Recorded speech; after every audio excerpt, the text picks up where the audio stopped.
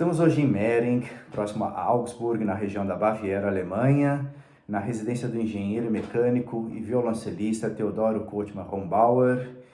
Ele que teve o raro privilégio de ter conhecido o maestro Sergio Celibidache em seus últimos anos de vida, ter assistido cursos e ensaios para falarmos um pouco a respeito do personagem Celibidache e da fenomenologia da música, como parte do projeto de pesquisa intitulado Princípios da Fenomenologia Musical, por Sergio Celibidache e suas aplicações práticas, da Universidade Estadual de Maringá. Theo, muito obrigado por me receber para essa entrevista. Eu queria então te endereçar algumas perguntas sobre esse assunto. A primeira delas, quando, onde e como aconteceu o teu primeiro contato com Celibidache? Bem, essa é uma história meio longa, vou encurtar. E quando eu cheguei na Alemanha em 87, não tinha muito o que fazer aqui, era estagiário, mas eu queria ter aula de música para reassumir o contato. Naquela época eu só tocava flauta.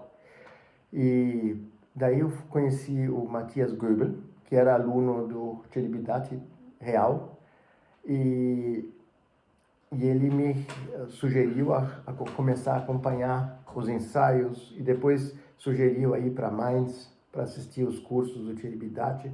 E depois não precisou mais falar, né? Teve cursos em Munique que também fui por conta própria e o Diabo a 4. E assim se foi esse começo, né? Escorreguei. Ele era uma pessoa tão fascinante, o Celibidache, que não era difícil querer ficar, né? Não era difícil, era muito fácil. Foi uma grande perda. Quando ele morreu, fiquei muito triste. Eu estava na estação, me lembro até hoje, quando apareceu os anúncios naquelas digitais de estação, Sergio Celibidache faleceu. Né? Bom, é a vida, né? E você participou de cursos abertos, que era daqueles famosos que ele dava gratuitamente? Participei. Um deles em Mainz, uma semana inteira. Ou 2 semanas. Uma semana inteira, né? E depois em Munique, né? Em Munique era na escola, na Hochschule für Musik, na Artstraße.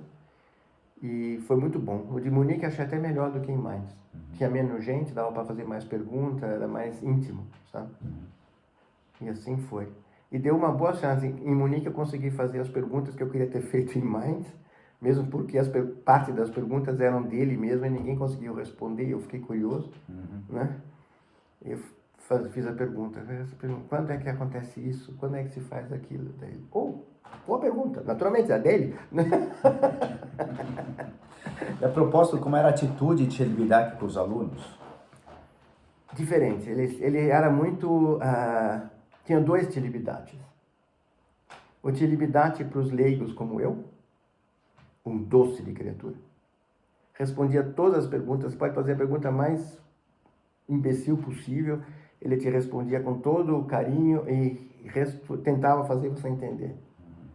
O Celibidache dos alunos profissionais dele, sabe, que iam ser maestros, eram estudantes de música, se o cara fizesse uma pergunta meio besta, levava uma surra na frente de todo mundo, né? Eu fiquei impressionado. Uma vez até um conhecido meu ele fez a pergunta e perguntou, você, não vou dizer o nome, você me diga a diferença entre, sei lá, eu não sei falar nem em português, E ele levantou e começou a fazer um sermão sobre diatônica, eu acho que foi diatônica, né? Foi diatônica, você disse, para! E você é meu aluno, para! A sala inteira foi em Mainz. A sala tinha 100 pessoas. Você escutava todo mundo respirar. E o tal do aluno de pé ali, o Celibidache, dando eu não quero usar as palavras que eu pensei agora, porque não dá para botar num vídeo, dando uma bronca sabe? Nem sei se era merecida, mas daí, senta! Sentou e acabou. Você vê, não era fácil. Não era fácil. E uma vez eu pensei nisso, pensei muito tempo nisso. Como é que ele trata esses caras tão mal, né? Eu achei isso faz parte da estratégia dele. Se você vai ser dirigente, eu tenho amigos músicos profissionais, trabalham em orquestras profissionais, né? Thüringen, zum Beispiel, hier na Alemanha, né? E a orquestra é é um bando, é uma cova de leões lá dentro, e você é jogado ali na frente, né? E vai ter que vai dirigir. Se eles quiserem, eles acabam com você, né? Sabe? Então você tem que aprender a aguentar até que a orquestra te respeite. Né? De certa forma, a parte do método, né? É. E assim, como o Thierry Bidak, ele começou a fazer esses cursos itinerantes, não só aqui na Alemanha, mas na Europa toda, né? E tinha o séquito de discípulos que o acompanhavam de cidade por cidade. Então, assim, ele realmente influenciou, né, praticamente uma geração inteira, né, de estudantes, não e só maestros, né? maestros e Barenboim. instrumentistas.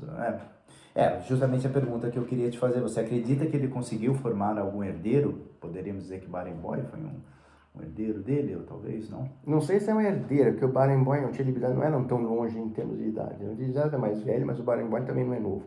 E o Barenboim já era um cara famoso, já era um cara bom, já era um pianista de primeira linha.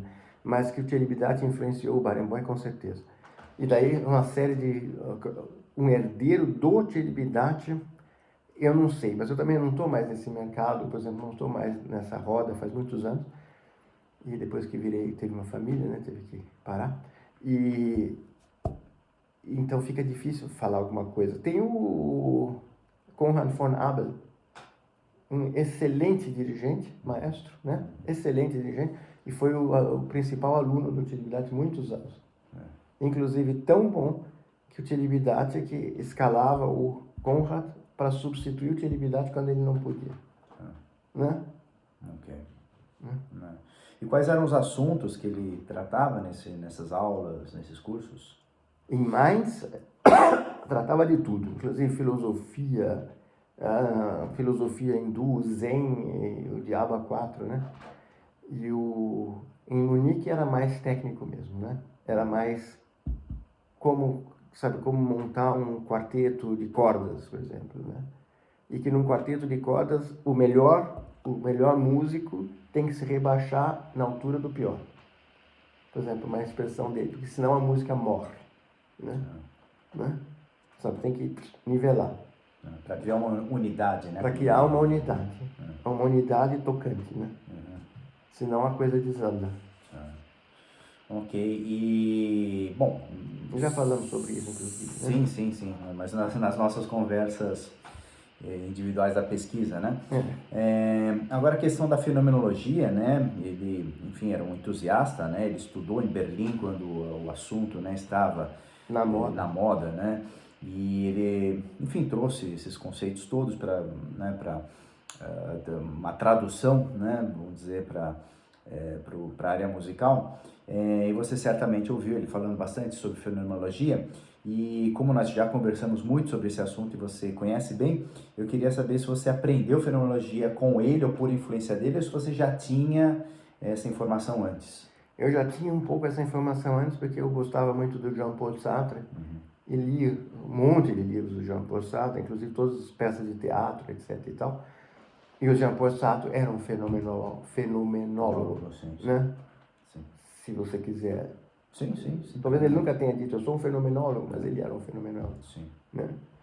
E então tive contato, eu vi umas palestras sobre o Jean-Paul Sartre na Universidade de Munique, na Hochschule para o Munique, para francês, e foi muito interessante, aí consegui unir com o Thierry Bidak. O Thierry Bidak faz a fenomenologia na música do ponto de vista como é que música vira música.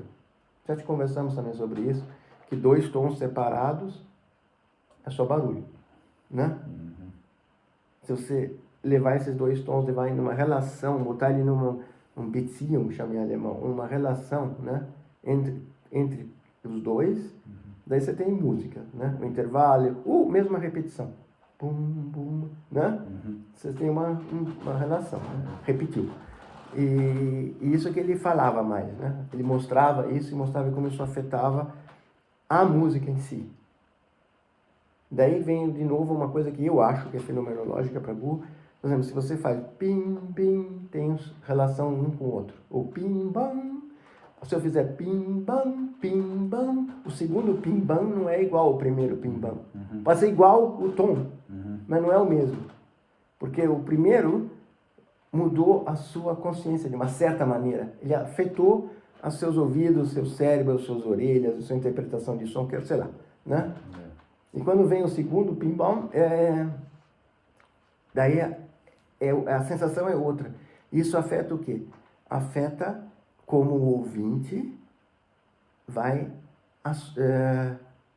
traduzir o pim-bom em sentimento. Né?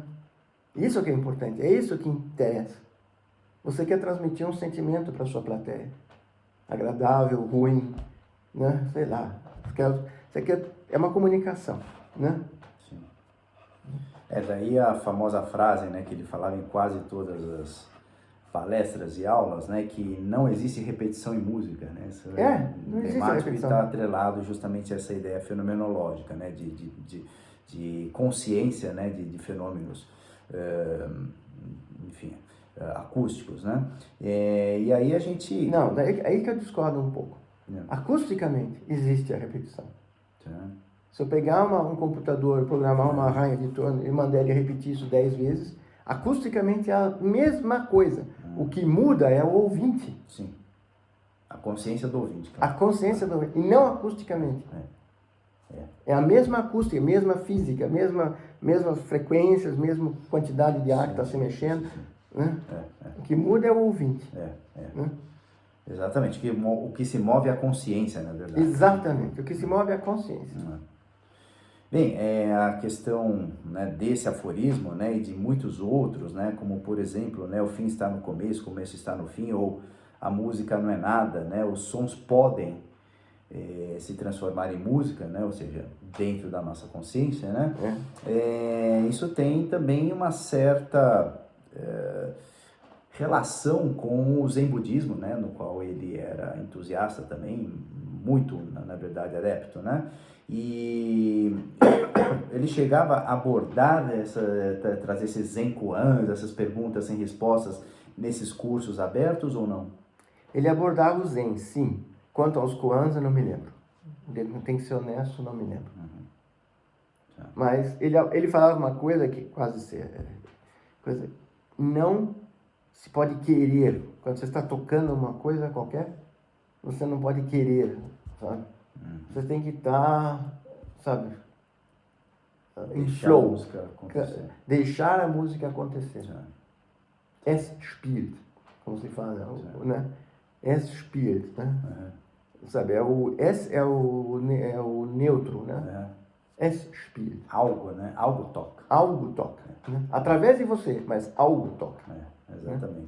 Que é o conceito do Eugen Hegel, né, na arte cavalheiresca do arqueiro Zen, né, ele trata muito dessa questão de que não é o atleta, não é o atirador, não é o músico que faz a arte, né, ele é um instrumento de algo maior, né, exatamente, de uma força superior. Exatamente, essa descrição que você acabou de falar define exatamente o que ele falava. E para isso você precisa ter o quê? Modéstia. Sim. Né?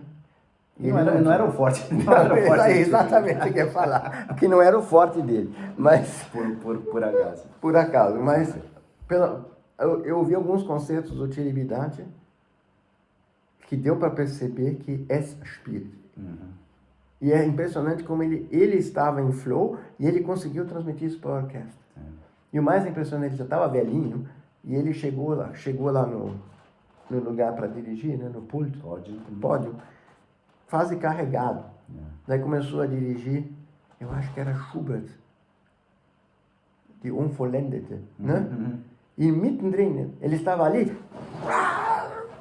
sabe, nunca vi, parecia um jovem, sabe? Você vê exatamente esse espírito, quando ele entra, ele que é um estado de transe, né? É um estado de trânsito, sabe? Ele tinha energia, ele dançava ali em cima, né? Para alguém que quase foi carregado para chegar lá, sabe? É impressionante, né? E na tua opinião, Teodoro, você acha que o Celibidache teve êxito em fazer uma espécie de síntese entre fenomenologia musical e Zen budismo? Para mim, sim. Eu não sei se vai ter isso no mercado musical quase, né? Infelizmente, o mercado musical é mercado, né? É mercado. Ou seja, o que vende, vale. Certo. Né? Isso o Tchê Bilhate era contra. Ele nunca vendeu um disco, né? Ele mesmo. Né? Sim. Ele era contra. Ou você escuta música ao vivo, ou a música acontece no aqui e agora, ele dizia, né? Apesar que tem uma cena em Mainz, que um amigo meu, o Manzo, era um italiano muito bacana. Amigo, exagero, um conhecido. Mas ele ficou morando aqui em casa quando ele vinha para os cursos aqui. Né? Aqui não, lá em Munique ainda. E o Manzo chegou para ele e perguntou, Carlo Manzo, perguntou para o Tchê, falou para o Tchê, meio envergonhado, maestro, eu comprei um DVD de uma gravação sua, meio ilegal. Ele olhou para o Carlos, só um?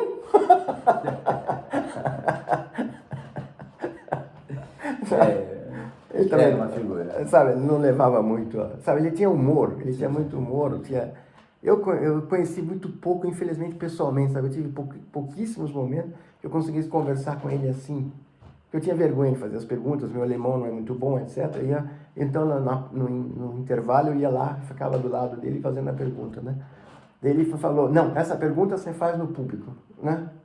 Essa pergunta eu quero, faz no público, né? E assim vai, né? Muito bom. E, bom, para finalizar, parafraseando o saudoso Antônio Abujamra, você quer responder alguma pergunta que eu não te fiz? Não, qualquer uma. Uma última mensagem para os nossos... Isso aqui vai para o YouTube, né? Ah, tá. Uma última mensagem. Música deveria deixar de ser uma coisa das elites e ser mais para todo mundo. Sabe? Pega uma flauta, pega um tambor, pega uma guitarra, pega uma blockflöte, como é essa mesma flauta doce. Façam música, qualquer uma, né? Inventem, se não tiver música para esse tipo de coisa, escrevam música, né? Não. E de vez em quando, não dá para tocar Bruckner em casa, é difícil, não ia caber aqui em casa, né? Mas sabe, daí de vez em quando vai para escutar um Bruckner, né? Acho que é um bom fechamento para a nossa conversa. Muito obrigado. Queria deixar também registrado aqui que o Teodoro tem sido um parceiro muito grande nessa pesquisa que eu já estou fazendo há 5 anos, né? E já tem algumas publicações, enfim, circulando em língua portuguesa, né? Até o momento, mas sem a tua contribuição a pesquisa não estaria com essa carga tão rica de informações. Muito obrigado pela colaboração. Meu pai já dizia, não atrapalhando, já ajudei. Pronto. Valeu, obrigado. Vamos fechar aqui com a claque.